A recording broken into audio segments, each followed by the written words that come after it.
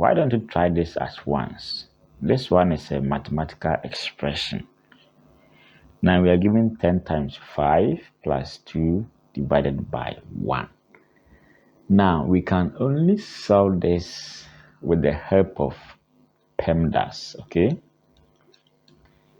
PEMDAS. Now what does this mean?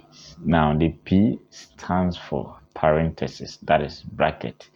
So if there is any bracket in this, you just go straight, then solve for that bracket. Now the E also stands for exponent, okay?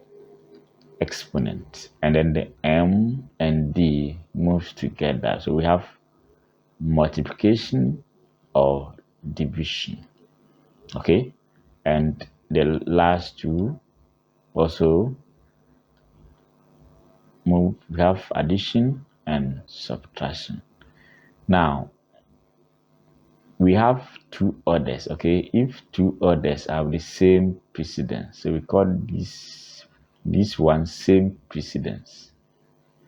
So same precedence, if it happens this way, like if you have division, okay, and multiplication at the same time, we solve from the left. For instance, we have this and that. That is meant by same precedence. So let's start. Do we have any bracket here? No.